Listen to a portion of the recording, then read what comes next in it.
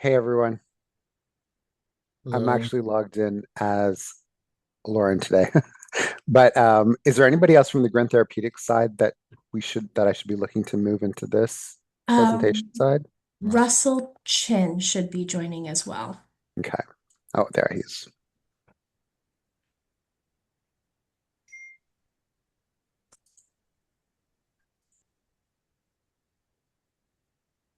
I'm just looking for Liz on here too.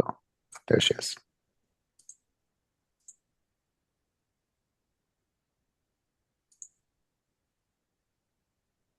Great. Can you hear me okay? Yes. Yes. Okay, perfect. We can.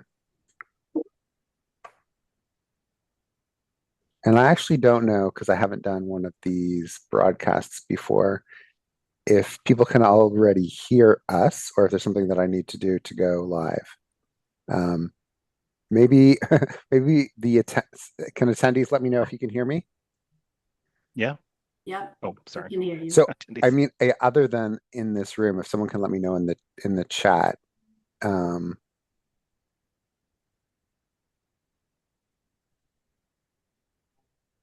Oh, Lauren oh says. yes, okay, great. Mhm. Okay, I just got a text saying the chat is disabled.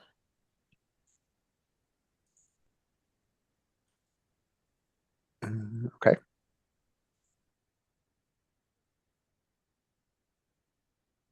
Maybe it's called Q&A. Yeah, I think that's maybe because it's in the broadcast mode. So Yeah. yeah, so I think it's Q&A that we could use. Um, so we've got a bunch of people here. So maybe I know some people will still be coming in, but maybe we'll get started.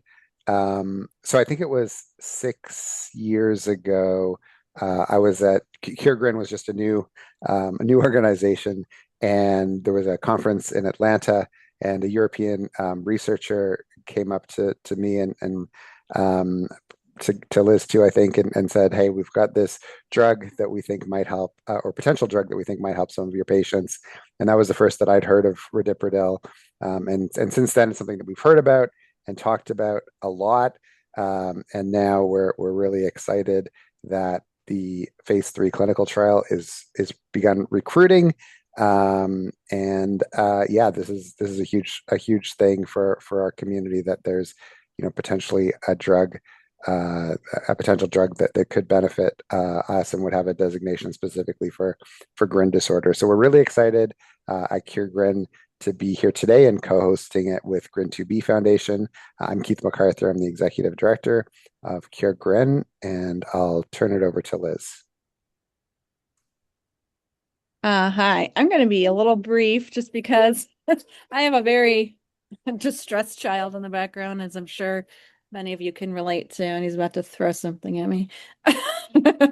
Uh, so yes, hi, I'm Liz from President and founder of Grin 2B Foundation, and yes, like Keith, we've been very excited about this clinical trial since 20, ooh, sorry, 2021. And yeah, we're really excited that it's finally coming together, and I'm just very excited to hear the updates today. So thank you to everyone at Grin Therapeutics. Yeah, thanks. And over to you, Hillary, to introduce the team. Okay, one moment while I get our slides up. Uh, Here we go. Can everyone see that? Yep. Perfect. Okay. Thanks so much, Liz and Keith, for the really warm welcome.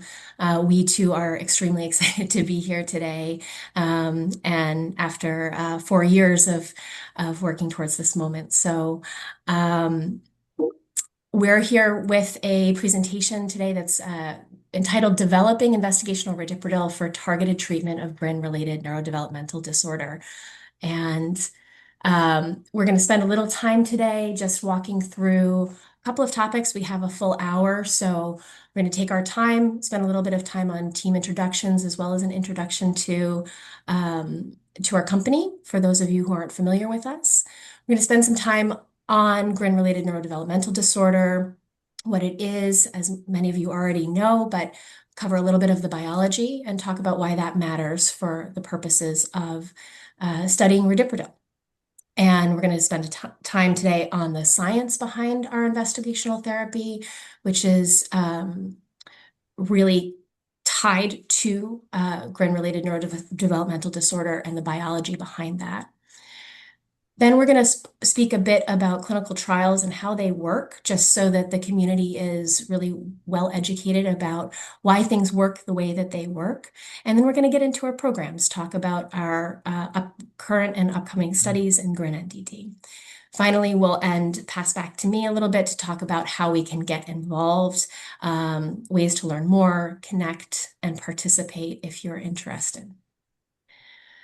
We're joined today by a handful of team members. This represents we're a much larger group that are working on this study day in and day out, and who are all really excited as well that we have reached this point. But joined today by Bruce Lucher, our CEO, Michael Panzera, our Chief Medical Officer, Marjorie Levy, our Executive Director of Medical Affairs, and Russell Chin, our Medical Director. And myself, I'm the Director of Community Engagement. I know many of you have seen me before. So with that, we'll spend a little time in Q&A. Marjorie and Russell will help answer questions. But before we get there, we're going to start with a bit of background on who we are and how we've gotten to this moment altogether. And so with that, I can hand it off to Bruce, our CEO. Thanks, Hillary. Good afternoon, everyone, and thank you to Liz and Keith for all of the great partnership over the last 4 years and all the ways in which you championed the cause alongside of us.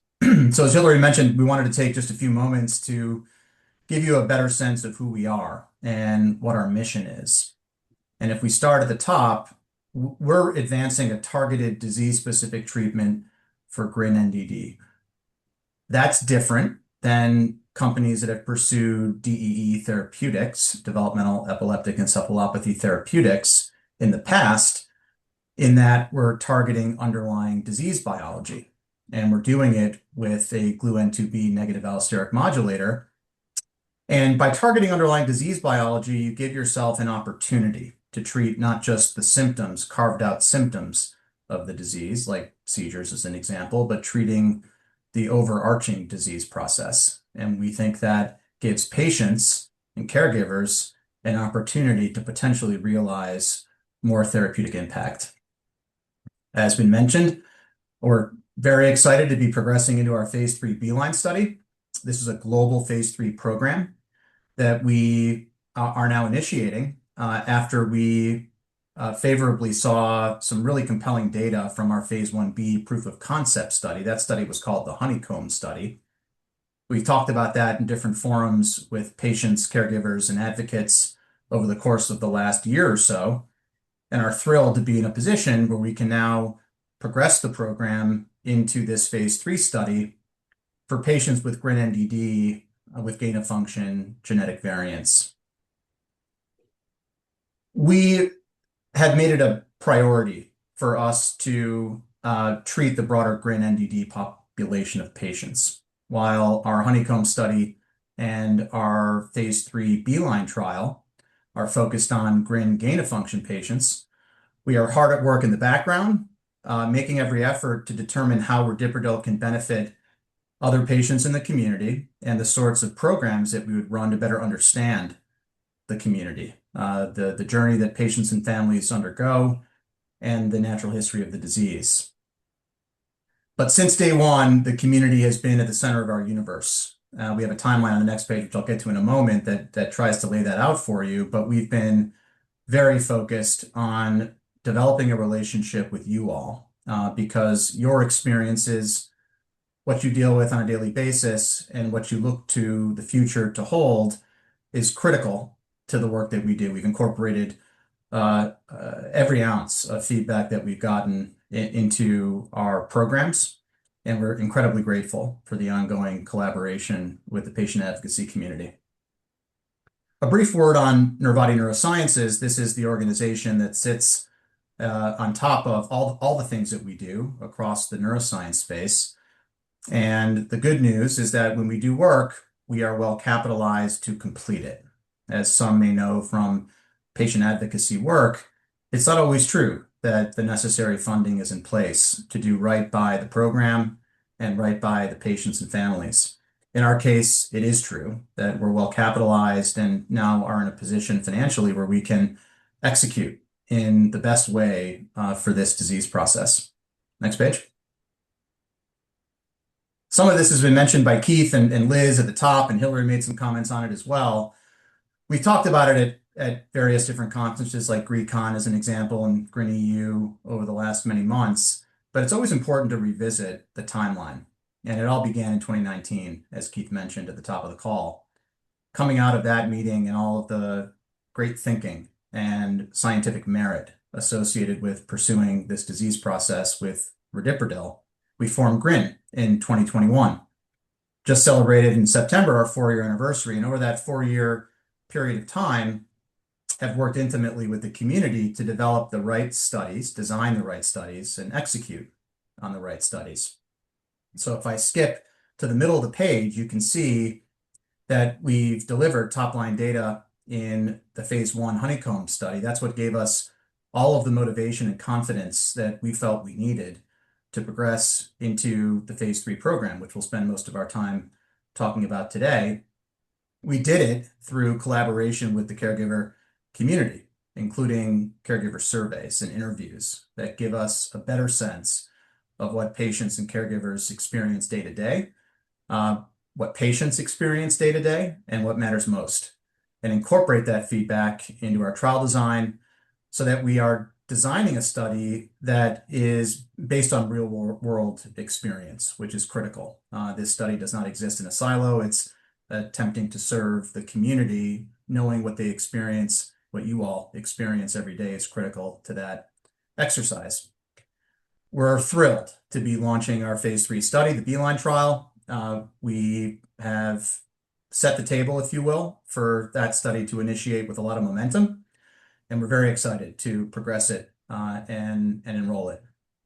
And then finally, as mentioned on the prior page, we have a natural history study that we're expected to begin in the very near term here as we try to take a holistic view on the disease process and understand the natural course that patients experience. That's informative to us. It's critical to our process, and it's a major focus for us as we head into 2026. And we'll continue to think about what's best for the broader community as it relates to Radiprodil alongside all of this activity. So with that, I will hand it to Dr. Michael Panzera, who's our Chief Medical Officer and has been the champion for us here in developing Radiprodil, and thrilled to have him on the call. Mike, I'll hand it over to you.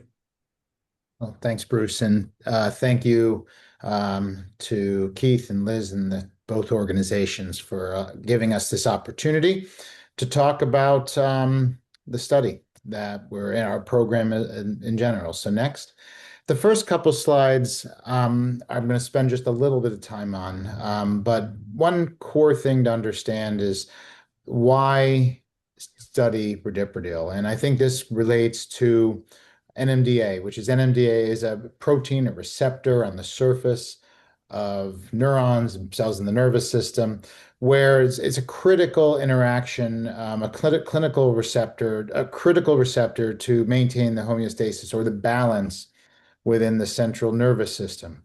Radiprodil targets a portion of that receptor, a segment of it called a subunit. And as these cells are, these targeting of the receptor allows us to potentially change its activity so that when it's out of balance, we can actually restore the balance. And that's versus blocking it and preventing activity. The idea here would be if we can have something to actually bind to the receptor in a way that allows it to restore this balance and just in the central nervous system, that maybe we'll be able to address many of the signs and symptoms that are related to GRIN and ED. And this is the approach, the therapeutic, the very specific approach that we took when trying to understand disease treatment. Next slide. So signs and symptoms are obvious to those on this call, and the cause of it. It's caused by these variants or mutations in the subunit in these genes that encode for the NMDA receptor. So there's a genetic cause that leads to problems in this self-surface receptor that lead to these abnormal communication of the cells in the brain, and then leads to the signs and symptoms. It's diagnosed by typical testing, as you know, although we know that the patient journey, the diagnostic journey, can be tortuous and difficult. But it is through standard genetic testing, but also understanding whether a variant is overactive or underactive, so that could help potentially understand how best to treat the disease. And as you all know too well, there's no current treatments that are specifically targeting GRIN, and everything is focused on just managing symptoms with standard treatments. Next slide, please. And the signs and symptoms of this disease are, of course, all too well known to the attendees of this call. But I think there's this common understanding that there are seizures, but there's also non-seizure symptoms that are really impactful. And in our developing an approach to the disease from the beginning, if we were going to target the underlying biology of the disease, we wanted to take an approach where we could understand, yes, can we reduce seizures? Obviously, critically important. But can we help these other signs and symptoms that we hear from the community are extremely challenging in lives and have a big impact on your children and your families because of this imbalance of the receptor. So can we try to target the receptor and have an effect across signs and symptoms? Next. So this is how we're doing it. This is an illustration of the receptor. This is again caused by variants or mutations in the receptor that encode for these individual subunits or these components of the receptor. And as I already said, the NMDA receptor has this impact on development and learning and memory, and can be in these different stages, this whole spectrum of stages where you have reduced activity, high activity, all around this range surrounding normal function. And when you have too much activity or too little activity, this is going to impact neurodevelopment, normal behaviors, and lead to seizures that are, in many patients, that are resistant to treatment, as well as the behavioral challenges that I've mentioned. So the idea here is that, again, if we can figure out on that spectrum how to shift that balance or modulate this imbalance between different high activity, low activity, and go more towards the normal state, we can impact symptoms. Next. So this is where Radiprodil comes in. Next slide, please. So Radiprodil is what's called the negative allosteric modulator, is the scientific name, and it targets a portion of this NMDA receptor called the GluN2B subunit. And that just means it's one specific portion of the receptor that's encoded by the GRIN2B gene. But even though Radiprodil targets this GluN2B subunit, what you're seeing on this diagram is that there's all these other subunits that are part of that receptor. So if it specifically targets that one subunit, it can actually change the shape of all of those other subunits and then potentially restore flow when flow is, or get this balance between inhibition and excitation to try to normalize function. So by targeting the GluN2B subunit and modulating it, and the allosteric means it binds outside the pore, the idea would be to reduce hypersensitivity in the setting of gain of function and restore normal balance. Next. So what did we do? We went into studies to understand how Radiprodil may potentially impact GRIN. And that's what I'll describe in the next few slides. Next. So to understand about what we've done in clinical trials, it's important to understand what goes into a clinical trial, just some of the basic elements of a trial. And this will help you understand why we design the studies the way we have and some of the conditions surrounding entry into the studies and including our current study, Beeline. Before going into a clinical trial, there's a lot of laboratory work that's done. There's basic research, but there's also animal testing that confirms that there's potential for the drug to have activity or positive activity in disease, but also to rule out any potential negative consequences, because it's really important that we have a robust understanding of what can go wrong in an experimental clinical trial before we move into humans, we're especially careful in the setting of pediatric studies. There's a lot of regulations around this, a lot of guidelines.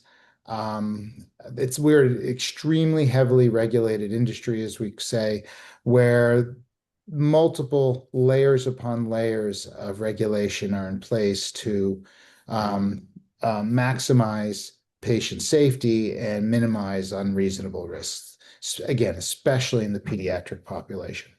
I think one of the biggest challenges entering a clinical trial is many people expect it to be very similar to their own doctor's visits. This is a very different experience in the clinical trial. It's a much more structured process. It differs from routine clinical care.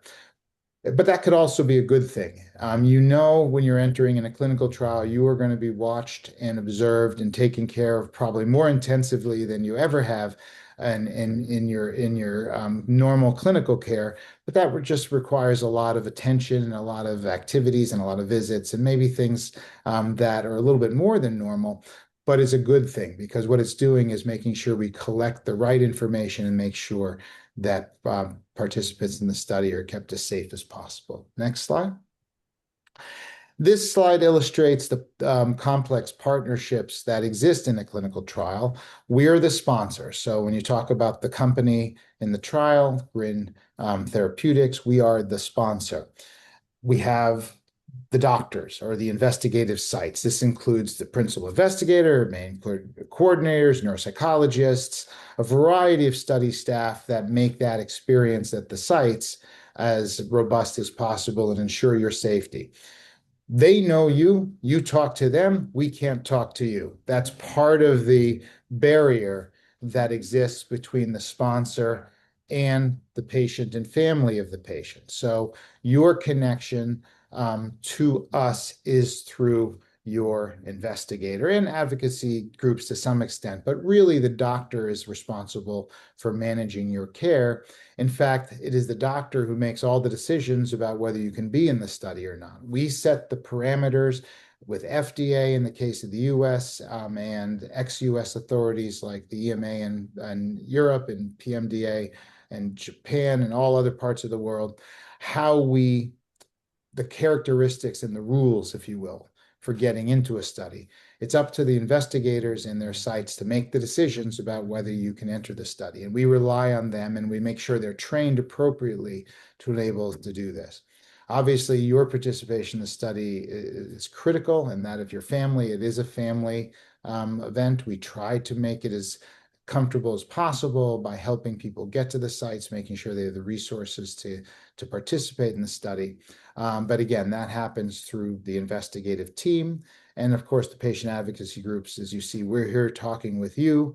You talk to your advocates. We hear from them what is going to be important for you. And we make sure that we can address those things as best as possible within the rules by which we're governed. There are very strict rules by how we operate. Sometimes we do not have a choice about what we're doing. We are doing what's required in this space by the authorities that we have to follow through, the regulatory authorities. So that's just a kind of a snapshot, maybe a longer snapshot on how this works. But it is a process, and there's a lot of communication and partnership. Next.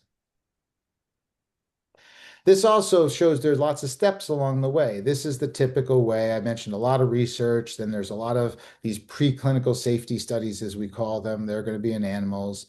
And then we go to the phases, the early phase development of phase 1, then phase 2 and phase 3, and then eventually the big star where we try to get the drug approved. And those early studies you can see on the bottom are in few subjects.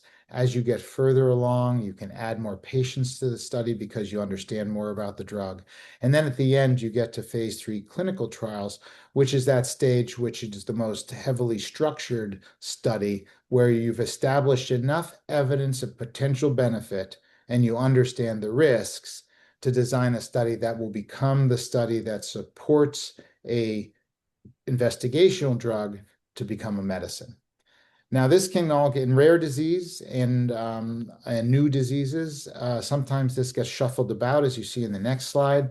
What can happen is you compress things, and a phase 1 can become a phase 1/2, or a phase 1b/2a, or a phase 1, in our case, phase 3. And things can sometimes be compressed. And the reason you do that is in the hopes of helping accelerate the time that a drug can get to patients who need it, and through the regulatory process, not cutting back on the rigor and the intensity of the safety required to enable that. There are, in the case of a rare disease, in a case where there are no known treatments, the regulatory authorities, the health authorities around the world will work with us to make sure that we're collecting as rigorous and as much information as possible, but not slowing things down, because there's this perception that the regulators move too slow. There are programs and there are ways that we can help accelerate that, and we've been fortunate that the authorities have been working with us to do that. So if you see the next slide, in this setting, we've been able to essentially, with the honeycomb study, which was a phase 1b study, to have data that was beyond our expectations. That's such when we went to the regulatory authorities, they said, and we made the proposal, we think we're ready for phase 3, and we agreed. And they agreed with us, and that's the Beeline study. And that's what we're going to talk about now. Next. So we started with honeycomb, which was the phase 1b. And again, this was the first study in children with GRIN. Now, Radiprodil had been in a lot of adults before this. It had actually been in over 400 adults because it was originally tested in diabetic peripheral neuropathy. So there was a lot of adult data, but it hadn't been done in children except for 3 patients with infantile spasm. Those data were very promising. So that brought us to honeycomb, which was, as you see here, 15 patients.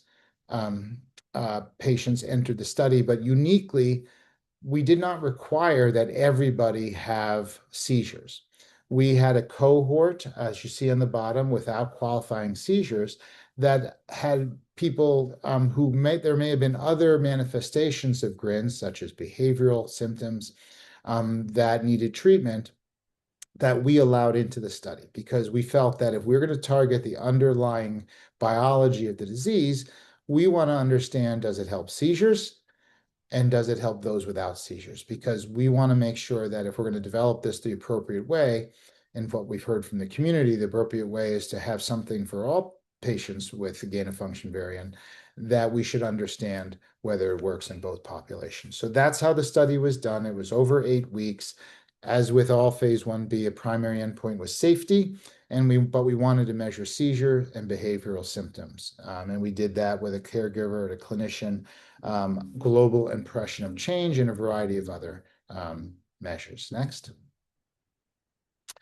So the first piece here is to talk about the primary outcome was safety. And we had a variety of common adverse events. They're listed there. Pyrexia means fever, had some agitation, diarrhea. Most commonly were respiratory tract infections, which, as you know, can happen in GRIN, but nothing that suggested we shouldn't move forward.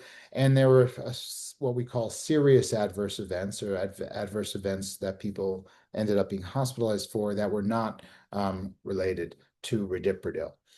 But importantly, if you look on the bottom, we also looked at seizures. And that's what you're seeing, this graph on the bottom. Each number across the bottom of the slide represents a patient, and that shows the variant in the study. Each solid bar represents the number of seizures prior to Radiprodil treatment, and then the hash bar next to it represents those after treatment. As you can see across the group, there was a reduction in pretty much everybody in the number of seizures on treatment. This amounted to an 86% reduction in seizure frequency. So this was beyond our expectations when we entered the study. Next slide. This shows the data another way, and this is a complicated figure, so I'll walk you through it. On the left-hand side, you see a proportion. So this is a percentage of patients, or in this case, a percentage of seizure-free days. And you can see that each of these bars show that the number of seizure-free days before treatment on the left-hand side where you see baseline. And on the right-hand side of the slide, it says maintenance. You can see these bars are going up. And this means that over the course of treatment, 6 of the 7 patients in the study were seizure-free for 80% of their time in this maintenance phase of the study on Radiprodil. Again, a very encouraging observation and beyond what we expected as part of the trial. And the next slide, finally, and equally important, we wanted to look at the changes in behavior. And we assessed this in a couple of ways, using, in this case, clinician and caregiver global impression of change. So a CGI, a CGI, CAGIC, or is the sort of the brief names for them. The left-hand side shows patients who had seizures, the 2 bars on the left, and the 2 bars on the right represent those who didn't have seizures. What you're looking for in these slides is more patients in the green after treatment than before treatment. So what you're seeing is both in patients with seizures and in those without seizures, both clinicians and caregivers saw improvements in signs and symptoms, even if no seizures were present. Although this was a small number of patients in open label, this was encouraging to us that we were having a potentially a positive benefit in those without seizures. And that's also shown on the next slide. And this was another way we looked at this. There's a tool, a questionnaire called the Aberrant Behavior Checklist Community.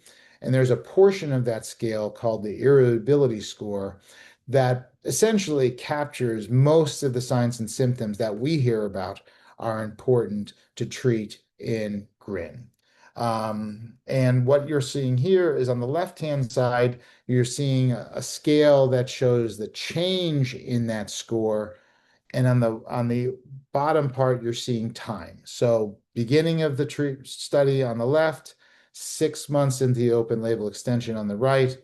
And what you're seeing here with the negative numbers means that scores are going down, which means there's an improvement in the symptoms on this scale that continued to increase over time. Again, a small number of patients in the study, but encouraging enough for us to want to study this scale and in a larger number of patients in a classical phase 3 study, which is where I'll take you through now. Next slide. And that's what got us to the B-line, phase 3 pivotal trial. This is for patients with GRIN NDD, a GRIN neurodevelopmental disorder with gain-of-function variants. What we were able to do is, because of these promising effects that we observed in the honeycomb study, we were allowed to amend or adapt our existing honeycomb study to turn it into the B-line study, which is a phase 3 study. And how did we do that? The simplest way to describe it is we increased the number of patients to be included. We added a placebo group, which was the regulatory requirement for a study of this type, and we made it a little longer.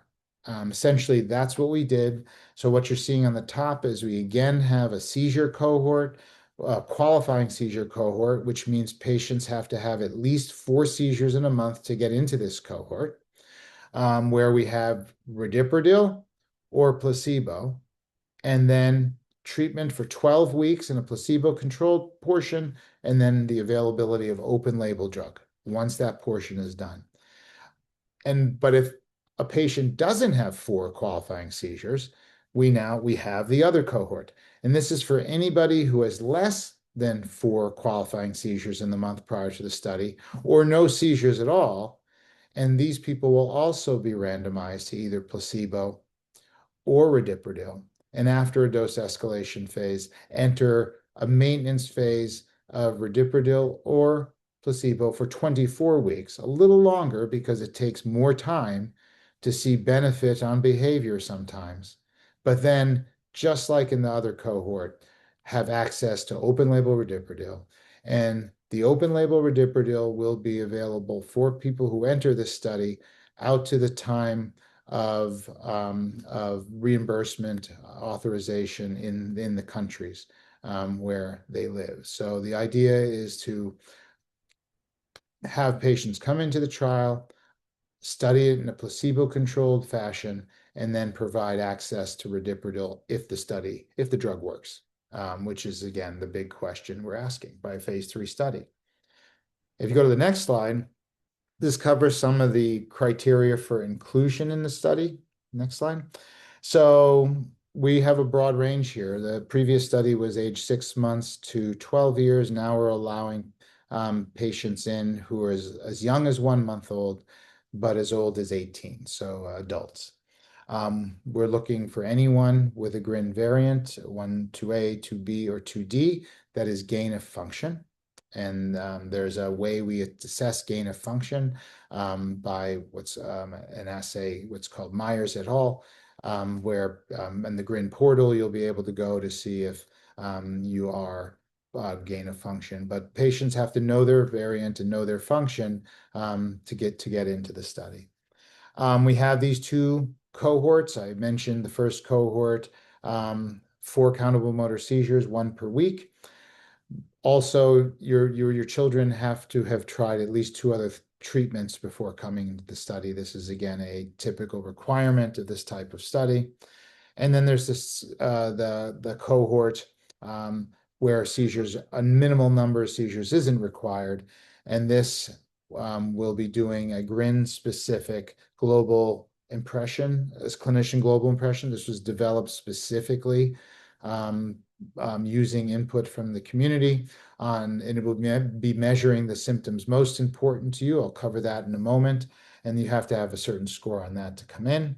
There are other drugs that affect the NMDA receptor. People on those drugs, you can't come in on those drugs because essentially then you have too much blocking, if you will, of that receptor. And there's a variety of other inclusion-exclusion criteria. Again, once you get to a clinical trial site involved in the study, they will assess whether you are qualifying for the study. We don't have that final decision. That's up to the sites themselves, again, in these strict criteria that we create.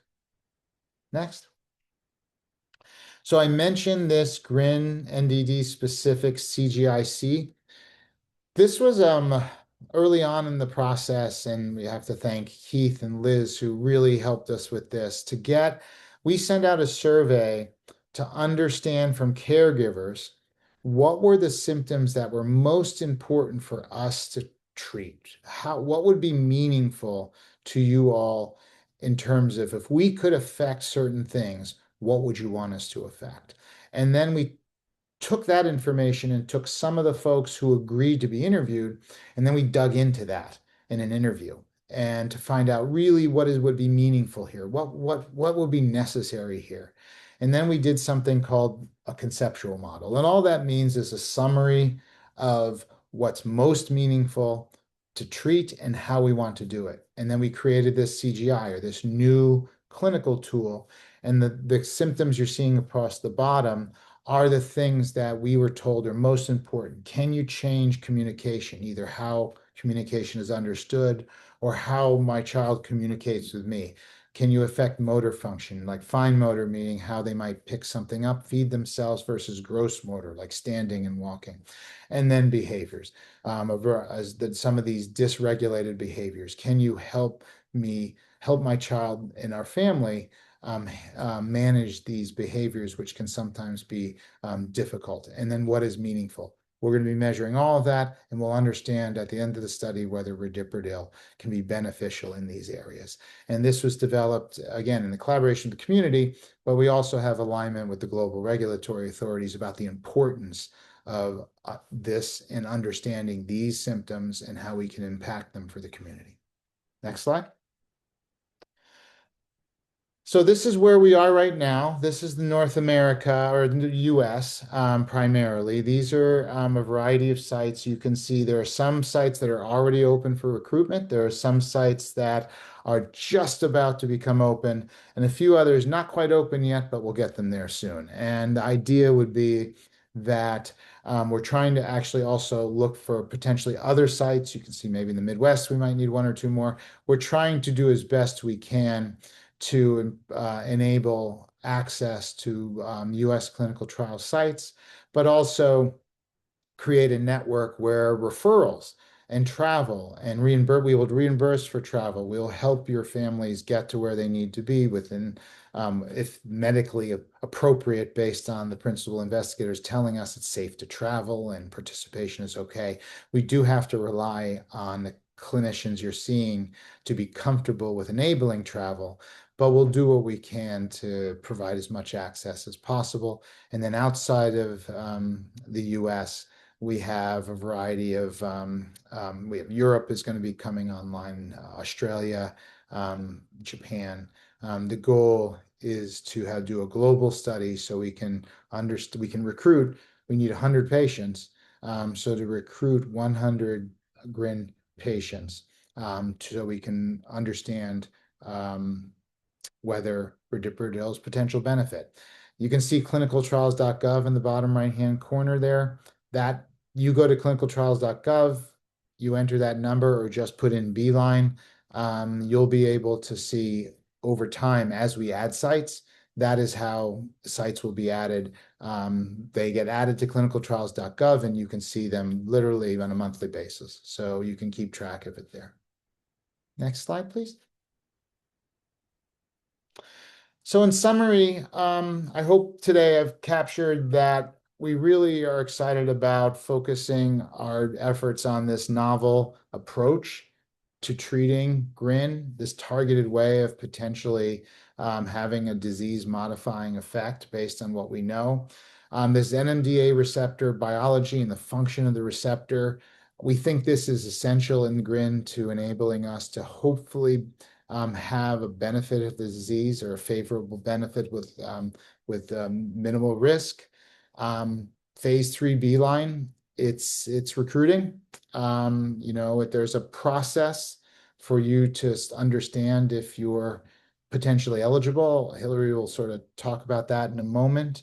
But again, we're hoping we'll do what we can to facilitate access to a site and for that evaluation. The way we've set up Beeline is we think, a very innovative way with the tools we're using, the ability to accelerate development. This has been recognized. We've gotten all these special things from FDA and EMA. We've gotten what's called breakthrough designation from FDA. We've gotten a similar thing from Europe called Prime. These tools are available by the regulatory authorities when they see a high unmet need in a certain area with potential for a meaningful improvement over other therapies, to help us get there faster. And we've engaged with the authorities, and it's been really our interactions with the community that has helped us move things as quickly as we have. And then I just want to come back to the natural history study that Bruce mentioned early on. It is very possible that people will not be able to get into Beeline, either because of functional status of their variant, or age restrictions or other medical restrictions or reasons that a clinician may decide means that it may not be the best time to enter a clinical trial, or you may not be the best candidate for Radiprodil. That's going to happen. And we acknowledge that, which is why, one of the things we're setting up is a natural history study to, again, allow others to participate in this process of developing a more detailed understanding of the disease, and also looking at what other ways Radiprodil may be beneficial to all people with GRIN. And that's very early, and we're certainly starting to explore those options also. So stay tuned. Hillary will talk a little bit about how you can stay involved and hear more about what we're planning and where we go from here. So with that, I'll turn it back to Hillary. Thanks, Mike. I have the pleasure of talking through some of the more practical steps here, and I think Mike covered a lot of ground, and hopefully everyone has gotten a sense of what the study involves and why we're doing it. So from there, if you are interested, we have a resource called Informed DNA. You can see there on the left-hand side the website informeddna.com/GRIN. Informed DNA can help provide information for families in the US who have children with GRIN. And you can contact them and they can set up a meeting with you to discuss your child's variant, what's known about their variant status. And then if you're interested in clinical research opportunities like Beeline or like the natural history study that Mike mentioned, they will help with the process of pre-screening and directing you to a site that's most appropriate to your family. It's really important to note that this is just a pre-screening process. So for enrollment in Beeline, it still would involve the step from being connected with Informed DNA, having them refer you to a site, and then that site would do another round of screening with you, and that's really where you're determined to be eligible or not for the study. And so it is the sites that make all of the final determinations, as Mike mentioned in the stakeholders discussion. It's the sites that determine who can enroll in the study. Informed DNA is just a helpful way to get you routed to the right site for your family. So you can visit their website. There is an easy form there that you can fill out with your contact information, and they can get in touch with you and set up an appointment to help you understand the status of your child's variant and what studies might be appropriate for you. Other ways to get involved, obviously we've just walked through Informed DNA. That is in the US only, as I mentioned. It's also incredibly important for you to stay connected and engaged with advocacy organizations like Cure GRIN and GRIN2B Foundation. We are in touch with them regularly and make sure that they have the most up-to-date information on our clinical trials. And they'll also have information on other research that you might want to be involved in. As Mike mentioned, there's a resource called clinicaltrials.gov. This is a resource that lists all clinical trials. It can be used in the US and abroad as well. And the NCT number for Beeline is listed there. As Mike said, you can also just type in Beeline or Radiprodil, and it will get you there if you haven't copied down the number. And you can also feel free to reach out to us at patientadvocacy@grintherapeutics.com. As Mike said, there are really strict rules about how we engage with patients, and that is the appropriate venue for you to do any outreach to us. If you have questions about enrollment in the study, that email goes to me, and we will make sure that you get all of your questions answered to the extent that we have information to share. So please feel free to reach out. And with that, just want to pause for a moment to say thank you before we get to questions. It's really important to recognize that clinical trials are not possible without involvement from a very broad community.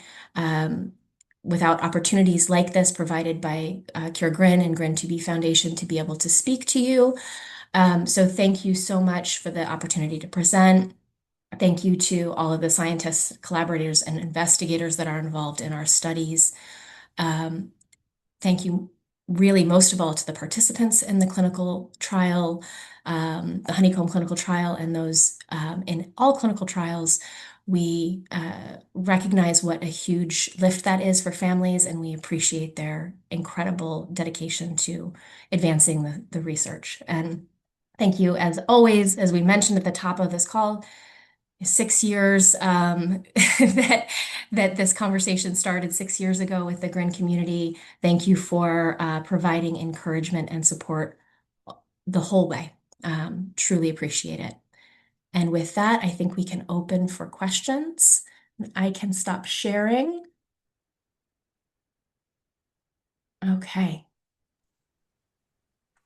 Okay, thanks everyone. We've got about 10 minutes for questions, and so there's some already in the chat, and maybe Liz and I can start just reading them off there. So just a quick one first that's in terms of the timing for sites outside of the US. Is there any indication you can give in terms of when those sites would be opening up? Well, it depends upon the given region, but you'll see certainly early next year things should be moving along nicely. Okay. And there are a couple questions about loss of function.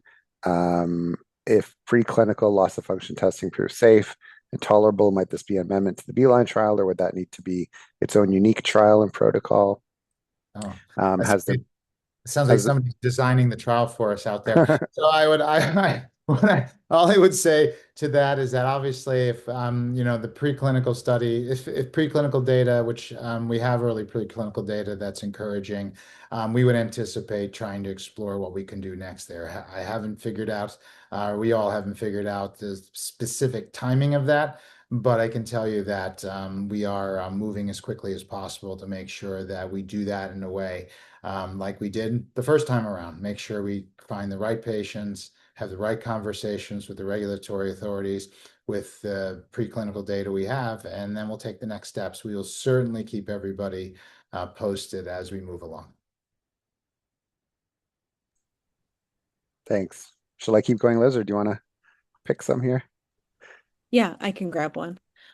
So for the patients that live in a country that will not likely have a site, will they be able to relocate or travel to a country that does have a site? So that again, I hate to keep answering with it depends, but it will depend upon countries involved, the distance traveled, the cross-border laws between given countries. It will be a case-by-case basis. What I can tell you is that we'll do whatever we can to facilitate that if it's legally permitted. I mean, there are cross-border rules. Our current policy is you must live in the country where you're going to be treated and have insurance in that country at a minimum. But again, every country is different, and we will have to address those cases as possible. I would encourage you to go to look at a site in a region that would be easy for you, and the sites themselves will have the most up-to-date information about what they're allowed to do, because even a given site may not want to accept people from another country, and it is their choice. Okay, thank you. And then quick, I guess to piggyback on that, for the sites in that map you had where it said recruiting or soon recruiting, or I don't remember exactly how it was labeled. Do we have a general or guesstimate of a timeline for the ones that didn't say either recruiting or soon recruiting? So every single in the US, most sites have their own activation process for their given sites. So they have their own committee. They have their own resource allocation. They have their own contracting group. So they're like little companies in and of themselves. That's how a clinical trial site is. It is for lack of a better word, a business. So they have an entire team of people who will do what they can to get started. So it really does depend on the site. We are working really feverishly to get them all up to date in the next few months. I mean, up to speed in the next few months. Some sites are going to be longer than others, but we've been able to activate some of the largest sites in the US much more rapidly than anticipated because we have a very engaged network of sites who really see the potential here and really want to be part of the study. And I don't know, Russell, you've been on the road talking to, Russell goes to pretty much every site that gets started. So as always, as does Marjorie, and they've been having a lot of good communications with sites, and they are working quickly, I would say. Okay, great. Thanks.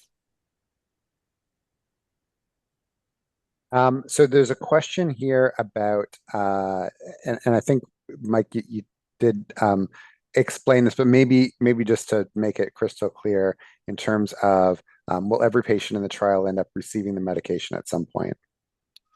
So every patient who enters the study and then doesn't have any safety events that prevent them from receiving Radiprodil will have the option to get the drug. Again, when you go into a clinical trial, how you perform in the trial will dictate whether you should have the drug.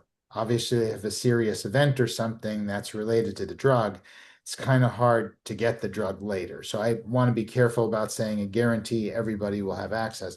But anybody who successfully completes the study and their doctor thinks is appropriate for them to continue, they can continue. But it will be in the end up to the clinical trial doctor, physician to say, I think you're appropriate to continue. They make that choice. Okay, there's a question about whether, I'm not sure I understand it, but maybe you guys do, or maybe we can get more context. But trials in the US, will trials in the US, Europe, and Australia be combined to be able to reach the number needed for the drug to be approved? Yes, sorry if I wasn't clear. That's a global study. So that 100 is the whole world. Great. Okay, I can sure, yeah. take the next one. Do we have any information on turnaround times of functional testing through Informed DNA for study enrollment consideration?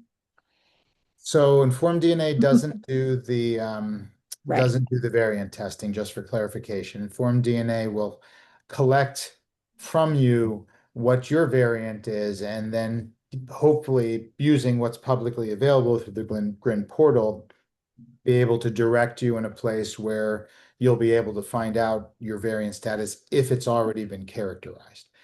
We are working with sites in the US and Europe to help facilitate characterization of uncharacterized variants. I don't have an update on the specific timeline for how long that's going to take, but every month there's an update to the GRIN portal where additional variants are being posted. So, and we are facilitating that process to make sure that every month, regardless of whether there's, specifically for the study, we're just helping variants get characterized, uploaded to make it available. And that's what I would recommend you do. Keep looking at that, and then that'll help determine whether your variant has already been characterized, and work with a clinical trial site. We're working with them. If we know that somebody qualifies for the study and the only thing that's missing is the variant, we will help that get done.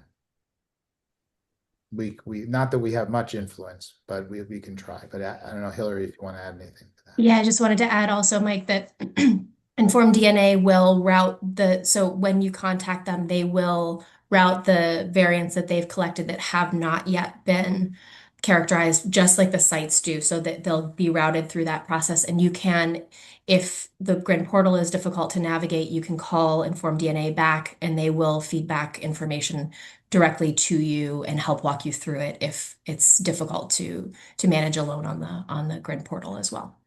Thanks for that Of clarification. course. Again, just bottom line is we're working to facilitate that process as best we can, including the addition of additional laboratories. We're at 1 o'clock, so I guess we should wrap up. Thank you very much to the whole GRIN Therapeutics team for taking the time to answer questions. Thanks to Liz and GRIN2B Foundation for co-hosting this with us, and thanks to everyone who's joined. There's other clinical trials that are underway as well, and we'll keep sharing information not just about GRIN Therapeutics, but for families that might not be qualifying for this but might be eligible for one of the other clinical trials. Definitely encourage you to look into those as well. So along with GRIN2B Foundation, we'll continue to share information about all of those. Well, thank you. Thank you again for inviting us. And Bruce, I don't know. Just reiterate, thank you so much for all the partnership and collaboration, and we've got an exciting time ahead and look forward to your participation. Thanks very much. Thank you, everybody. And if you, I know there's a person who came on late, but just want to say that we'll be adding this to our respective YouTube pages, so anyone will be able to go back and watch the whole thing. Great. Thank you very much. But thank you, everybody. Thank you. Thanks. Bye. Bye. Bye-bye.